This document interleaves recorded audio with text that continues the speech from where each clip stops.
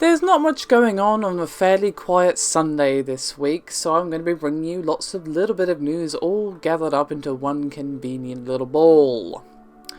The first of which is actually regarding Quantum Break. Now this is actually a bit of an update and a correction on something I previously said. Now when I first did my video on Quantum Break coming to PC, I was actually unaware that it will not be coming to Steam. This was actually discussed by the head of marketing over at Xbox Games, Aaron Greenberg, during Major Nelson's podcast recently, so I couldn't have known it at the time. But I did say to someone that, hey, yeah, it'll probably come to Steam because, well, why wouldn't have I believed that? But sadly, my friend, I was incorrect. It will be a Windows Store exclusive on PC, so you will not be able to get it on Steam. Now, I'm a little bit concerned about the impact it's going to have sales-wise. Many people just will not buy a game if it's not on Steam for various reasons, unless it's like a big game that's on Origin or something like that. But a lot of people have been complaining about the Windows Store and the fact that it needs a huge amount of improvement, so I think this might put a lot of people off because they don't want to deal with the Windows Store. I myself have never actually used it. I will of course be playing Quantum Break, either myself or Paul.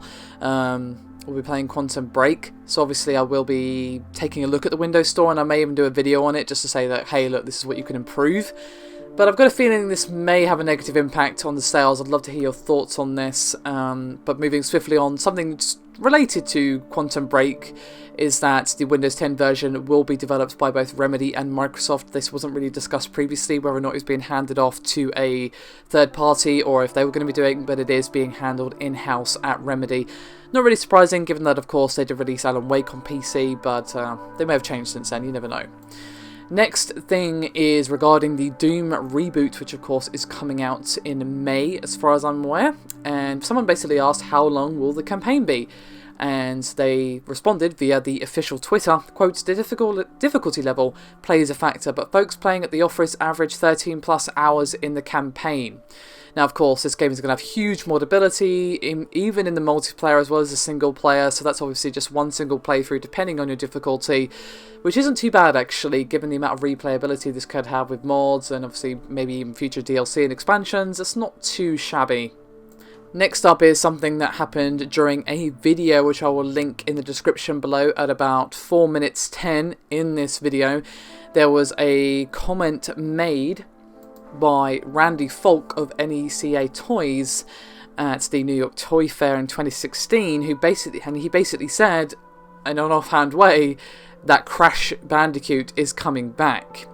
Now, we've seen rumours and rumblings of this for a while. There was, of course, the infamous t-shirts that was worn at the PlayStation Experience, the Crash Bandicoot sign, the PlayStation Middle East tweeting things about Crash, like Crash himself, and of course Aku Aku and a few other bits.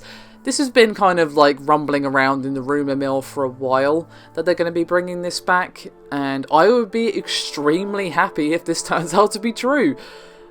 I don't know who this could be handed off to. I mean, my brain says, well, just give it back to Naughty Dog, clearly. But the thing is, Naughty Dog, they're not the same developers they were back then. They have moved on to other things. Would they even want to go back to that sort of style after years of doing games like The Last of Us and Uncharted? Perhaps so, perhaps I'm wrong.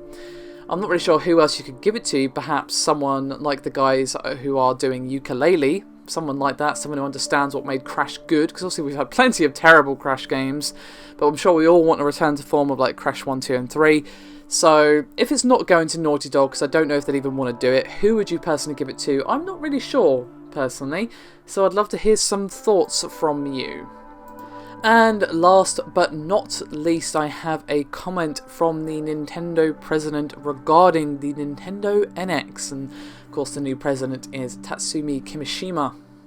Now, in a recent Q&A phone call, he basically discussed their expectations when it comes to the NX, and one of these expectations is some real optimism surrounding the launch and how it could be a shot in Nintendo's arm for profits and actually becoming a significant player in the battle of consoles. Of course, the Wii U has definitely not really been a contender in the PS4 and Xbox One battle.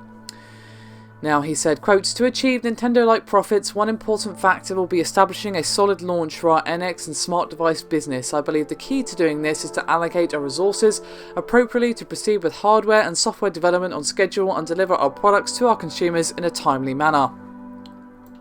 Now, what Nintendo-like means, well, that's an exercise for your imagination, I'm afraid, but he's probably referring to their heyday when the Wii and the DS and even the 3DS at one point were basically just printing money, and he's probably referring to that level of success when no one could praise Nintendo enough and they just seemed to be rolling a wave of praise and success and profits.